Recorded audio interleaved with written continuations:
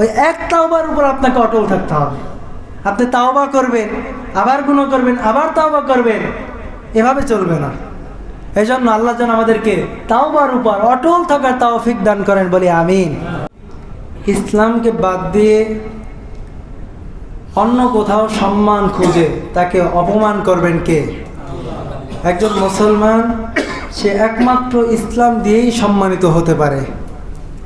এজন্য আমরা ইসলাম দিয়ে, ইসলাম মেনে, ইসলাম দিয়ে জীবনটাকে পরিচালনা করে আমরা সম্মানিত হতে চাই।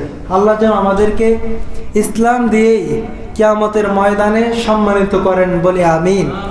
আল্লাহ যেন আমাদেরকে ইসলামের সৈনিক হিসাবে কবুল করেন, বলেন আমিন। আল্লাহ যেন এ বাংলাদেশের প্রতিটা ইঞ্চিকে ইসলামের ঘাঁটি হিসাবে কবুল করেন, বলেন আমিন। সম্মানিত প্রিয় ভাইরা, আমি আপনাদের সম্মুখে কোরআনের হাকিম থেকে ছোট্ট একখানা আয়াতে কারিমা তেলাওয়াত করেছি। আয়াতটা ছিল এরকম: ইয়া আইয়ুহাল্লাযীনা আমানু তুবু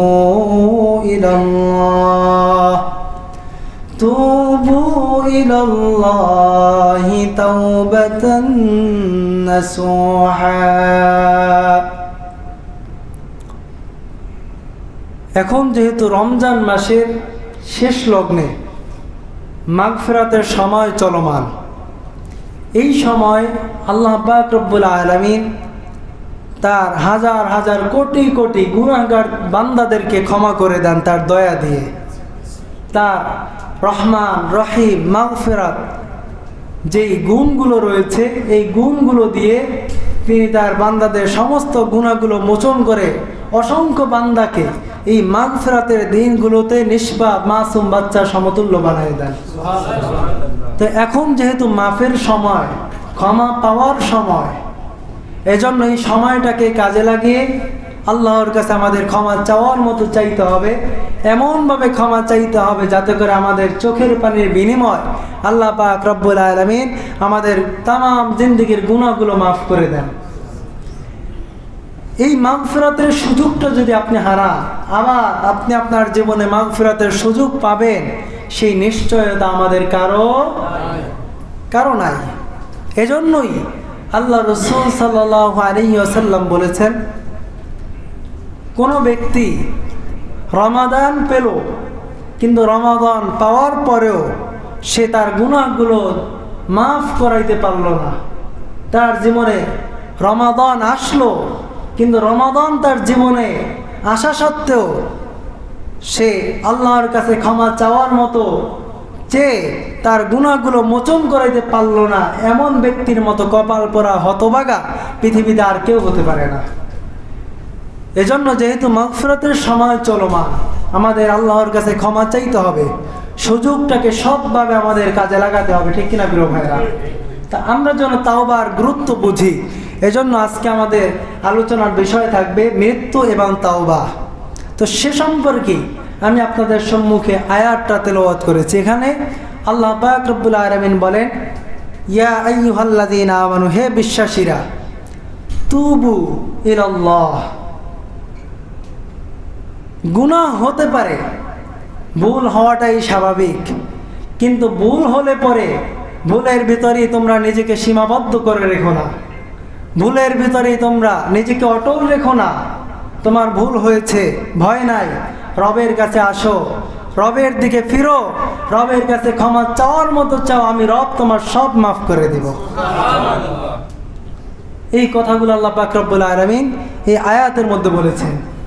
আরও এক জায়গায় আল্লাহ পাক রব্বুল আলামিন বান্দাকে ক্ষমার ব্যাপারে ঘোষণা দিয়ে বলেন, কুল ইয়া ইবাদিয়াল্লাযীনা আসরাফু আলা আনফুসিহিম লা তাকনাতু মির রাহমাতিল্লাহ ইন্নাল্লাহা ইয়াগফিরুয যুনুবা জামিআ ইন্নাল্লাহা হুয়াল গফুরুর রহিম। আমার বন্ধুগণ, আল্লাহ পাক রব্বুল আলামিন এই আয়াতের ভিতরে বলেন, কুল ইয়া ইবাদিয়াল্লাযীনা আসরাফু আলা আনফুসিহিম, হে আমার বান্দারা রে, হে মানব মণ্ডলী, তোমরা হয়তো শয়তানের ধোকায় পড়ে নিজেরা অন্যায় করে করে তোমাদের নফসের উপর জুলুম করে ফেলেছো। লা তাকনাতু মির রাহমাতিল্লাহ, তোমরা হয়তো জীবনে অনেক গুনাহ করেছো, কিন্তু তোমরা কি পরিমাণ গুনাহ করেছো, মাত্র কয় ওয়াক্ত নামাজ তোমরা বাদ দিয়েছো। তোমরা একটা কথা মনে রাখবে, তোমরা যতই গুনাহ করে না কেন, তোমরা সারা জীবন গুনাহ করেও আমার রহমতের চাইতে বেশি গুনাহ করতে পারবে না। আল্লাহ তাআলা বলেন, তোমরা জীবনে যতই গুনাহ করো না কেন, তোমাদের গুনাহগুলো যদি পাহাড় সমতুল্য হয়ে যায়, তবুও তোমাদের গুনাহগুলো আমার রহমতের সমপরিমাণ হবে না। কারণ তোমাদের গুনাহের পরিমাণের চেয়ে আমার রহমতের পরিমাণ 1000 গুণ বেশি। অতএব হে বান্দারা, গুনাহ করেছো ভয় নাই, আমি আল্লাহর রহমত থেকে তোমরা নিরাশ হবা না। আসো আমার দরবারে ফিরে আসো। আল্লাহ কেমন যেন বান্দাকে এটাই বুঝাতে চাইলেন, ও মানব মণ্ডলী, হে আমার বান্দারা রে, শয়তানের কাজ হলো ধোঁকা দেওয়া। সামন দিক থেকে ধোঁকা দিবে, পিছন দিক থেকে ধোঁকা দিবে, ডান দিক থেকে ধোঁকা দিবে, বাম দিক থেকে ধোঁকা দিবে। শয়তানের কাজ হলো ধোঁকা দেওয়া। আর মানুষের স্বভাব হলো, মানুষ যেহেতু দুর্বল, আল্লাহ পাক রব্বুল আলামিন কোরআনের অন্য একটা আয়াতে বলেছেন, খলিকাল ইনসানু দাঈফা, মানুষকে বড় দুর্বল করে বানানো হয়েছে। মানুষ যেহেতু দুর্বল, সেজন্য মানুষের স্বভাব হলো শয়তানের ধোঁকায় পড়ে অন্যায় করে ফেলানো। এই জন্য আল্লাহ পাক রব্বুল আলামিন এটাই বান্দাকে বুঝাতে চাইলেন যে শয়তানের কাজ হলো ধোঁকা দেওয়া, আর মানুষের স্বভাব হলো অন্যায় করা। আর আমি আল্লাহর গুণ হলো মানুষের সেই অন্যায়গুলো মাফ করে দেওয়া। যে বান্দা, তুমি গুনাহ করেছো, কি পরিমাণ গুনাহ করেছো, কত গুনাহ করেছো, তুমি কয় ওয়াক্ত নামাজ তুমি বাদ দিয়েছো। তুমি যতই গুনাহ করো না কেন, তোমার গুনাহ কখনো আমার রহমতের চেয়ে বেশি হবে না। তোমার গুনাহের যেই পরিমাণ, তার চেয়ে আমার রহমতের পরিমাণ 1000 গুণ বেশি। অতএব মনোবল ভেঙে বসে থাকার মতো কোনো কারণ নেই। তুমি গুনাহ করেছো, অনুতপ্ত হয়ে অনুশোচনা বোধ করে আমার রহমতের আশায় আমার দরবারে ফিরে আসো। আমি রব আমার দয়া দিয়ে তোমাকে মাফ করে দেব। অতএব ভয়ের কিছু আছে? ভয় নাই। আমাদের রব আমাদেরকে মাফ করে দিবে। পৃথিবীতে রব ছাড়া এমন কেউ নেই যার সামনে আপনি অপরাধ করবেন আর আপনাকে ডেকে ডেকে বলবে আসো ক্ষমা করে দেই। এরকম কেউ আছে? এমনকি নিজের মায়ের সাথেও যদি আপনি অন্যায় করেন, মা হয়তো মনে মনে এটা ভাববে যে ছেলেটা না বুঝে অন্যায় করেছে, যদি মাপ চায় আমি তাকে মাফ করে দেব, এটা মনে মনে ভাববে। কিন্তু মুখ খুলে মুখ ফুটে কখনো বলবে না যে আসো ক্ষমা করে দেই। একমাত্র আসমান জমিনের মহাসত্তা, তিনি শুধুমাত্র বান্দাকে বলেন, বান্দা গুনাহ করেছো, ভয় নাই, আসো আমি রব তোমারে ক্ষমা করে দেই। তুমি গুনাহ করবা আর আমি তোমারে মাফ করে দেব। কারণ আমি হলাম রহমান, আমি হলাম রহিম, আমি হলাম মেহেরবান। আমার মতো রহমান, আমার মতো মেহেরবান পৃথিবীতে আর কেউ নাই। এজন্য রহমানকে, মেহেরবান আল্লাহর মতো কেউ আছে? এজন্য আমরা প্রশংসা করবো কার? আরো জোরে বলেন, প্রশংসা করবো কার? আমরা কিভাবে আল্লাহর প্রশংসা করব? তাও আল্লাহ তাআলা কোরআনে শিখিয়ে দিয়েছেন। শিখান নাই? শিখিয়ে দিয়েছেন। আমরা যারা পারি, সবাই পারি, সবাই আমরা বলি আলহামদুলিল্লাহি রাব্বিল আলামিন আর-রাহমানির রহিম মালিকি ইয়াউমিদ্দিন। আল্লাহ, সব প্রশংসা পাওয়ার মতো যোগ্যতা একমাত্র তোমারই আছে। তুমি ছাড়া সব প্রশংসা পাওয়ার মতো যোগ্যতা পৃথিবীর আর কারো নাই। তুমি হচ্ছ গোটা জগৎ সমূহের রব, রহমান, রহিম। তোমার মতো মেহেরবান পৃথিবীতে আর কেউ নাই। এজন্য আল্লাহ তাআলা এটাই বান্দাকে বুঝাইলেন যে আমি রহমান, আমি রহিম, আমি দয়াবান, আমি মেহেরবান। অতএব একটু অনুতপ্ত হও। তোমার এক ফোঁটা চোখের পানির বিনিময় আমি তোমার যদি 80 বছরের যদি গুনাহ থাকে, 80 বছরের গুনাহকে আমার মাফ করতে এক মুহূর্ত সময় লাগবে না। এজন্য আমরা কি আল্লাহর রহমত থেকে নিরাশ হব, নাকি আল্লাহর রহমতের দিকে তাকিয়ে আল্লাহর কাছে ক্ষমা চাবো, অনুতপ্ত হব? আল্লাহ রসুল সাল্লাল্লাহু আলাইহি ওয়াসাল্লামের বয়স যখন 40 ছিল, 40 বছর চলাকালীন সময় আল্লাহ রসুলকে নবুয়ত দান করা হলো। এবার প্রশ্ন হলো, আপনারা বলবেন যে এই যে 40 বছরের নবুয়ত পেলেন, 40 বছরের পূর্ববর্তী যে জীবন, এই জীবনে আল্লাহ রসুল কি কোনো গুনাহ করেছেন কোনো গুনাহ? তাহলে 40 বছরের পরের জীবনে মনে হয় কিছু গুনাহ করেছেন না। আল্লাহ রসুলের নবুয়তের আগেও কোনো গুনাহ নেই, পরেও গুনাহ নাই। তো এই আল্লাহ রসুল যার কোনো গুনাহই নেই, যাকে আল্লাহ পাক রব্বুল আলামিন স্বয়ং নিজে গুনাহ থেকে হেফাজত করেছে, তিনি কি বলেন একটু শুনেন। আল্লাহ রসুল সাল্লাল্লাহু আলাইহি ওয়াসাল্লাম হাদিসের ভিতরে বলেন যে আমি নবী হয়ে, আমি রাসূল হয়ে আমার জীবনে কোনো গুনাহ নেই, তারপরও আমি প্রতিদিন 70 বার, অন্য একটা হাদিসে আছে যে আমি প্রতিদিন 100 বারের চেয়েও বেশি অধিক ইস্তেগফার করি, আল্লাহর কাছে তওবা করি। তো এই একটা হাদিস নিয়ে যদি আপনি ভাবেন, এটা নিয়ে যদি আপনি একটু গবেষণা করেন যে এই মানুষটার কোনো গুনাহ নেই, জাহান্নামের কোনো সম্ভাবনা নেই, দুনিয়ায় থাকতেই জন্মের শুরু লগ্ন থেকেই যেই মানুষটা জান্নাতি, যাকে আল্লাহ স্বয়ং নিজেই গুনাহ থেকে হেফাজত করেছেন, এই মানুষটা যদি প্রতিদিন 100 বারের অধিক তাওবা করে, ইস্তেগফার করে, তাহলে আমার আপনার অবস্থা কি হবে? আমাদের তো রাতে দিনে 24টা ঘন্টা গুনাহের সাথে জড়িত হয়ে থাকি আমরা। তো আল্লাহ রসুল যদি এতবার ইস্তেগফার পড়ে, আমাদের কতবার ইস্তেগফার পড়া দরকার? আমরা পড়ি কতবার?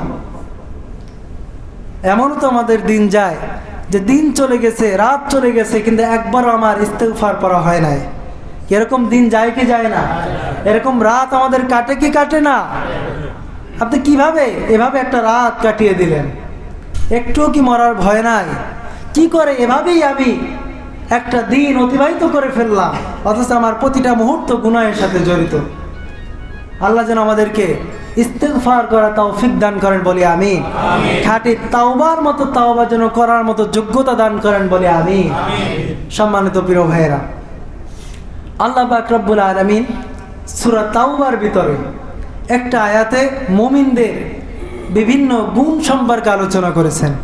11তম পারার ভিতরে 4 নম্বর পৃষ্ঠায় এই আয়াতটা এসেছে। আল্লাহ পাক রব্বুল আলামিন এভাবে বলেন, আত-তাইবুনাল আবিদুনাল হামিদুনাস সাইহুনার রাকিউন আর-রাকিউনাস সাজিদুনাল আমিরুনা বিল মা'রুফি والناهون عن المنكر والحافظون لحدود الله وبشر المؤمنين। আমার বন্ধুগণ, মুরব্বী বাবাজিরা, যুবক ভাইয়ের, আল্লাহ পাক রব্বুল আলামিন সূরা তাওবার এই আয়াতের ভিতরে মুমিনদের কিছু কিছু গুণ নিয়ে আলোচনা করেছেন। আল্লাহ পাক রব্বুল আলামিন এখানে বলেন, মুমিনদের গুণ হলো সিজদায় পড়ে থাকা, মুমিনদের গুণ হলো বেশি বেশি রুকু করা, মুমিনদের গুণ হলো সময় পেলে আল্লাহর ইবাদত করা, জীবনের প্রতিটা মুহূর্ত আল্লাহর গোলামির ভিতরে সীমাবদ্ধ রাখা। আল্লাহ পাক এখানে বলতেছেন মুমিনদের আরেকটা গুণ হলো সৎ কাজের আদেশ করা, মুমিনদের আরেকটা গুণ হলো অসৎ কাজ থেকে মানুষকে নিষেধ করা। এইভাবে আল্লাহ পাক রব্বুল আলামিন এই আয়াতের ভিতরে প্রায় 9টা গুণ সম্পর্কে আলোচনা করেছেন। তবে 9টা গুণের ভিতরে প্রথম যে গুণটা বলেছেন সেটা হচ্ছে এই যে মুমিন হলো তারা অন্যায় করে ফেললে সাথে সাথে তওবা করে যারা। মুমিনদের 1 নম্বর গুণ হলো বেশি বেশি তওবা করা। মুমিনদের 1 নম্বর গুণ কি? বেশি বেশি তওবা করা। আত-তাইবুন, বেশি বেশি তওবা করা। ওয়াল আবিদুন, বেশি বেশি ইবাদত করা। তো এই তাওবা আমাদের জীবনের প্রতিটা মুহূর্তের সাথে যেন জড়িত থাকে। আসলে মানুষের স্বভাবই হচ্ছে ভুল করা। আপনারা তো জানেন হযরতে আদম আলাইহিস সালাতু ওয়াস সালাম তিনিও মানুষ হিসাবে তার দ্বারাও একটি অনুচিত কাজ হয়ে গিয়েছিল। তো তিনি ছিলেন পৃথিবীর মধ্যে সর্বপ্রথম মানুষ। প্রবাদ বাক্যের জন্য আরবিতে বলা হয় যে আউয়ালুন নাসি আউয়ালুন নাসিন, প্রথম মানুষ প্রথম ভুলকারী। তো ভুল করা এটা কিন্তু বড় কোনো অপরাধ নয়, ভুল মানুষের হতেই পারে, কিন্তু ভুল করে অনুতপ্ত না হওয়া এটা হচ্ছে মারাত্মক ধরনের অপরাধ। কিছু মানুষ আছে দেখবেন সে ভুল করেছে, সে নিজেও শেষ পর্যন্ত বুঝতে পেরেছে যে এটা আমার ভুল, তারপরও নিজের সম্মানটা একটু বাড়িয়ে রাখার জন্য কোনোভাবেই দেখবেন সে তার নিজের অন্যায়টা স্বীকার করছে না। এরকম আছে না নাই?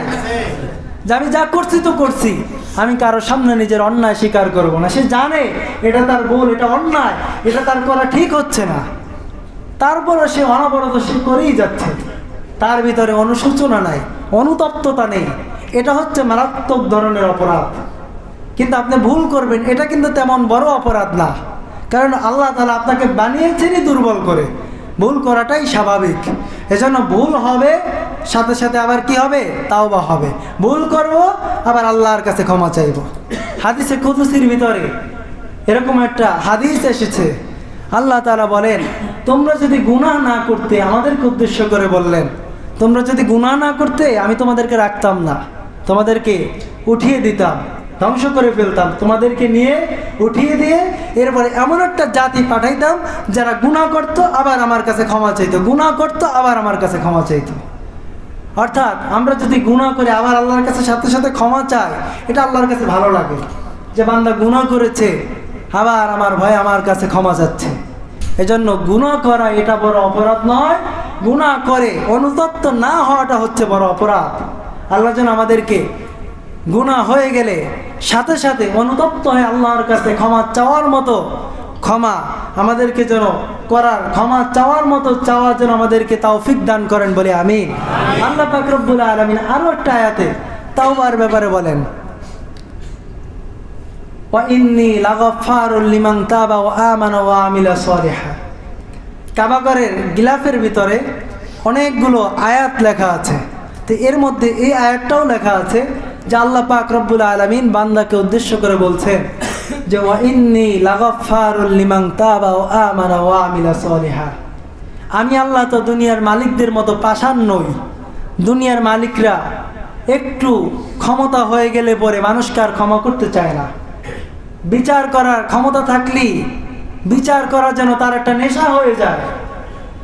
একটু মানুষের সামনে ভাব দেখানো, ভাব দেখে একটু বিচার করা, এটা তার জীবনে একটা নেশার মতো হয়ে যায়। ক্ষমতা থাকলেই সে বিচার ছাড়া আর কিছুই বুঝে না, ক্ষমা করার গুণটা তার ভিতরে আর থাকে না। এটা হচ্ছে দুনিয়ার মালিকদের স্বভাব, তারা থাকে পাষাণ। কিন্তু আমি তো দুনিয়ার মালিকদের মতো পাষাণ নই, আমি হচ্ছি দয়াবান এক রব, ক্ষমাশীল এক রব। আমি ক্ষমা করব তাদেরকে, লিমান তাবা যারা তাওবা করবে, ওয়া আমানা যারা ঈমান আনবে, ওয়া আমিলা সলিহা যারা সৎ আমল করবে। এরপরে নিজেদের তাওবা, নিজেদের ঈমান, নিজেদের আমলের উপর অটল থাকবে। আল্লাহ তাআলা বলতেছেন যে আমি ক্ষমাশীল, আমি পাষাণ নই। তবে আমি ক্ষমাশীল কাদের জন্য? তিন শ্রেণী মানুষের জন্য, তিনটা গুণে গুণান্বিত মানুষের জন্য, যারা তাওবা করবে, ঈমান আনবে, আমল করবে, এরপরে তার তাওবা, ঈমান এবং আমলের উপর অটল থাকবে, অবিচল থাকবে, তাদের জন্য আমি ক্ষমাশীল। এখানে কিন্তু সুম্মাহ তাদা বলা হয়েছে, অটল থাকার কথা। অনেক সময় দেখা যায় আমরা গুনাহ করি, আল্লাহর কাছে ক্ষমা চাই, পরবর্তীতে আবার গুনাহ করে বসি। অনেক সময় এটাও অনেকে হয়তো ভাবি যে আল্লাহ তো ক্ষমা করবেনি, আল্লাহর রহমতের দিকে তাকিয়ে অতিরিক্ত আশা করে অনেক সময় ভাবি গুনাহ করলে কি হবে, আল্লাহ তো ক্ষমা করবেনি, একবার করি আর করব না। এই সপ্তাহে একটু ঝামেলা আছে, এই সপ্তাহ থাক, আগামী শনিবার থেকে নামাজ পড়া শুরু করব। এরকম কথা আমাদের ভিতরে আসে না? নাই আছে না? এরকম কথা আমাদের ভিতরে আসে কি না? যে আমাদের ভুল হয়ে গিয়েছে, এখন একটু ঝামেলা চলতেছে, যে আগামী মাসের 1 তারিখ থেকে আমি একটু ভালোভাবে চলা শুরু করব, আগামী শনিবার থেকে আমি একটু নামাজ পড়া শুরু করব। অনেকেই বলি আমরা আল্লাহ তো ক্ষমা করবিনি, ভয় নাই। তো আল্লাহ তো ক্ষমা করবিনি এই কথা ভেবে যদি আপনি গুনাহ করেন, সেই গুনাহ মাফ হবে না। আপনি একবার তাওবা করবেন যেটার থেকে সেই কাজ আর জীবন আর কোনোদিন করা যাবে না। ওই এক তাওবার উপর আপনাকে অটল থাকতে হবে। আপনি তাওবা করবেন, আবার গুনাহ করবেন, আবার তাওবা করবেন, এভাবে চলবে না। এই জন্য আল্লাহ যেন আমাদেরকে তাওবার উপর অটল থাকার তৌফিক দান করেন, বলি আমিন।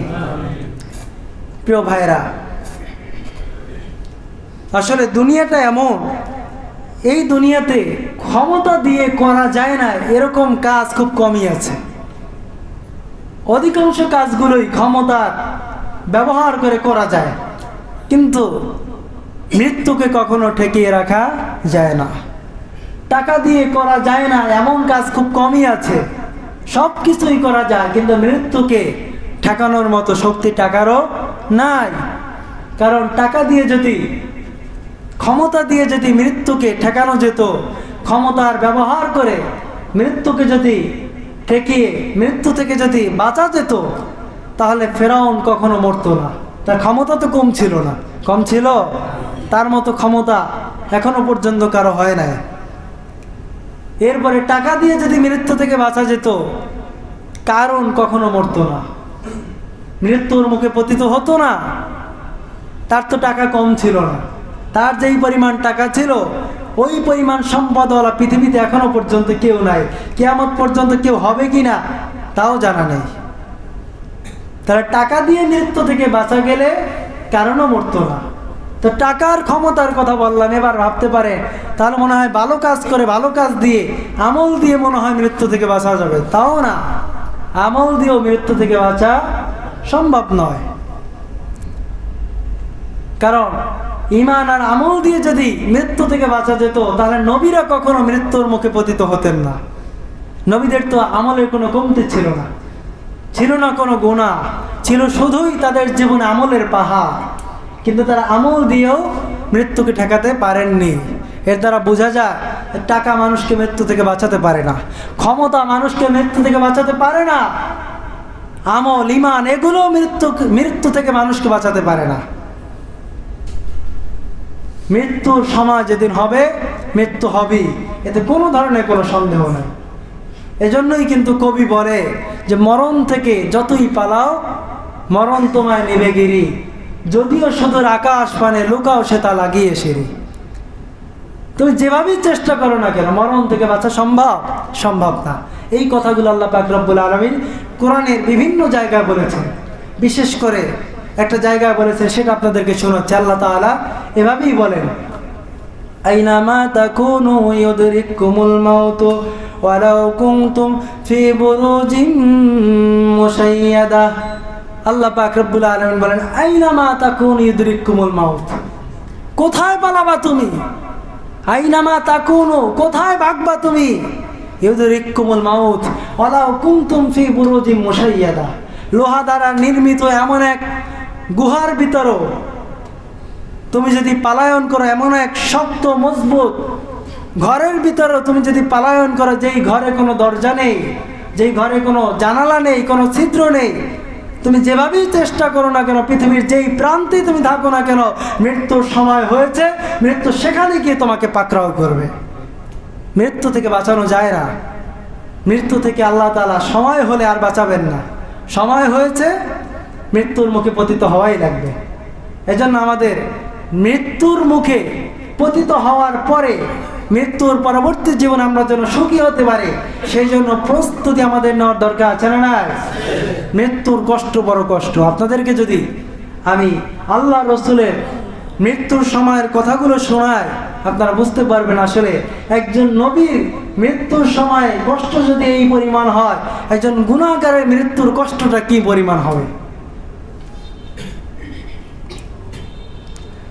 আল্লাহ রসুল সাল্লাল্লাহু আলাইহি ওয়াসাল্লাম যখন দুনিয়া থেকে বিদায় নেবেন, শরীরটা ছিল খুব খারাপ, শরীর অসুস্থ, বেশি একটা ভালো না, শরীরে প্রচণ্ড জ্বর, শরীরের ভিতরে কম্পন সৃষ্টি হয়ে গেছে। এমন সময় আম্মা জান আয়েশা রাদিয়াল্লাহু তাআলা আনহা বলেন, আমি যখন দেখলাম আল্লাহ রসুলের শরীরটা বড় খারাপ, জ্বরের কারণে প্রচণ্ড জ্বরে শরীরে কম্পন শুরু হয়ে গিয়েছে, আম্মা জান আয়েশা রাদিয়াল্লাহু তাআলা আনহা বলেন যে আমি তখন আল্লাহ রসুলকে বিছানায় শুইয়ে দিয়ে আমি আল্লাহ রসুলকে চাদর দিয়ে আবৃত করে দিলাম। কিছুক্ষণ পরে আম্মা জান আয়েশা রাদিয়াল্লাহু তাআলা আনহা বলেন, আমি যখন আল্লাহ রসুলের দিকে তাকালাম, আমি দেখতে পেলাম যে আল্লাহ রসুল চাদরের ভিতরে থেকে তার হাতগুলো বারবার প্রসারিত করছেন, আবার গুটিয়ে নিচ্ছেন, পাগুলো বারবার প্রসারিত করছেন, আবার গুটিয়ে নিচ্ছেন, অর্থাৎ খুব নড়াচড়া করছেন, টানা হেঁচড়া শুরু হয়ে গিয়েছে। আম্মা জান আয়েশা রাদিয়াল্লাহু তাআলা আনহা বলেন, তখন আমি খুব আল্লাহ রসুলের ব্যাপারে শঙ্কায় পড়ে গেলাম, আতঙ্কিত হয়ে গেলাম, না জানি আল্লাহ রসুলের অসুস্থতার মাত্রা আরও বেড়ে গেল।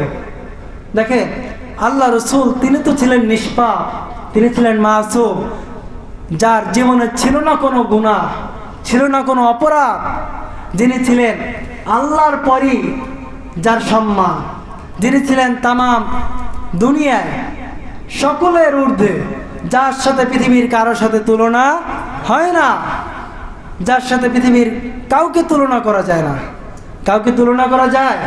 কাউকে তুলনা করা যায় না। তো এমন একটা মানুষ যখন এরকম অসুস্থতার মধ্যে পড়ে গেলেন, আম্মা জান আয়েশা রাদিয়াল্লাহু তাআলা আনহা তিনি আল্লাহ রসুলের অবস্থা বোঝার জন্য তার শরীর মোবারক থেকে চাদরটা একটু সরিয়ে নিলেন, একটু উঠিয়ে নিলেন, দেখি আল্লাহ রসুলের কি অবস্থা। আম্মা জান আয়েশা রাদিয়াল্লাহু তাআলা আনহা পৃথিবীর মানুষকে এভাবে জানিয়ে গিয়েছেন, হে পৃথিবীর মানুষেরা শোনো, আমি যখন আল্লাহ রসুলের শরীর মোবারক থেকে চাদরটা একটু সরিয়ে নিলাম, আমি এটাই দেখতে পেলাম আল্লাহ রসুলের মাথা মোবারক থেকে পা মোবারক পর্যন্ত এমন কোনো পশম বাকি নাই যেই পশমের গোড়া থেকে ঘাম বের হচ্ছে না। এটা ছিল মৃত্যুর কষ্ট, মৃত্যুর আগের সময়ের কষ্ট। এমন কোনো পশম ছিল না যেখান থেকে আল্লাহ রসুলের ঘাম বের হচ্ছিল না। তো চিন্তা করেন, একজন নবীর মৃত্যুর সময় যদি এরকম কষ্ট হয়, একজন সাধারণ মানুষের, একজন গুনাহগারের মৃত্যুটা কতটা কষ্টকর হবে। আম্মা জান আয়েশা রাদিয়াল্লাহু তাআলা আনহা বলেন যে আমি যখন চাদরটা সরালাম, যখন এই অবস্থা দেখলাম, কিছুক্ষণ পরে আল্লাহ রসুল সাল্লাল্লাহু আলাইহি ওয়াসাল্লাম তার কলিজার টুকরা ফাতেমাকে ডাক দিয়ে বললেন, ফাতেমা দেখো তো দরজায় কে যেন বারবার নক করছে, কে যেন বারবার সালাম পেশ করতেছে আর ভিতরে আসার অনুমতি যাচ্ছে। হযরতে ফাতেমা রাদিয়াল্লাহু তাআলা আনহা দরজার দিকে তাকালেন। আসলে মানুষ হিসেবে তো আজরাইলকে দেখার কথা না, কিন্তু আল্লাহ রসুল যেহেতু ফাতেমাকে বলেছেন যে দরজায় কে যেন এসেছে, সালাম দিচ্ছে, বারবার ভিতরে আসার অনুমতি চাচ্ছে, এখন ফাতেমা রাদিয়াল্লাহু তাআলা আনহা যদি দরজায় কাউকে না দেখেন, তাহলে তো আল্লাহর রসুলের কথাটা মিথ্যা হয়ে যাবে। এজন্য আল্লাহ তাআলা আজরাইলকে আদেশ করলেন, তুমি ফাতেমার সামনে প্রকাশিত হয়ে যাও, সে যেন তোমাকে দেখতে পায়। ফাতেমা রাদিয়াল্লাহু তাআলা আনহা দরজার দিকে তাকানো মাত্রই তিনি আজরাইলকে দেখতে পেলেন। এমন এক অদ্ভুত চেহারা, তিনি দেখে আশ্চর্য হয়ে গেলেন। আল্লাহ রসুলকে বললেন, বাবা আমি এমন এক চেহারা বিশিষ্ট একজন লোক দেখেছি, যেই চেহারার মতো মক্কা মদিনা আমি জীবনে কোনো মানুষ দেখি নাই, আকৃতিতে বিশাল বড়। তখন আল্লাহ রসুল তো অসুস্থ, শরীরটা ব্যথা, বুকে ব্যথা, গায়ে প্রচণ্ড জ্বর, এই ব্যথা নিয়ে তিনি দেখার জন্য তিনি দরওয়াজার দিকে তাকালেন। তাকিয়ে তিনিও একই অবস্থা দেখতে পেলেন। তখন তিনি বুঝে ফেললেন, তিনি তার কলিজার টুকরা ফাতেমাকে বললেন, মা এটা তো কোনো মানুষ নয়, এটা হচ্ছে মালাকুল মউত হাজিমিল লাজ্জাত, যে পৃথিবীর সব কিছুর প্রাণ নিয়ে যাবে, সব কিছুর স্বাদ মজা কেটে দিয়ে, কর্তন করে দিয়ে সকলকে মরণশীল বানিয়ে দেয়। এটা হচ্ছে সেই আজরাইল। এই কথা শুনে হযরতে ফাতেমা রাদিয়াল্লাহু তাআলা আনহা মনটা ভীষণ খারাপ হয়ে গেল। তিনি কান্নায় ভেঙে পড়লেন, বাবা আপনি যদি চলে যান। তিনি বলতে লাগলেন, এই মুহূর্তে কেন আজরাইল আমাদের আপনার দরবারে আসলো? হযরতে ফাতেমা রাদিয়াল্লাহু তাআলা আনহা বলতে লাগলেন যে আপনি তো কয়েক সপ্তাহ যাবত অসুস্থ, এখন কেন আসলো আমার আর বুঝতে বাকি নেই, মনে হয় আপনাকে নিয়ে যাওয়ার জন্য আসছে। আপনি যদি চলে যান আমি কাকে বাবা বলে ডাকবো?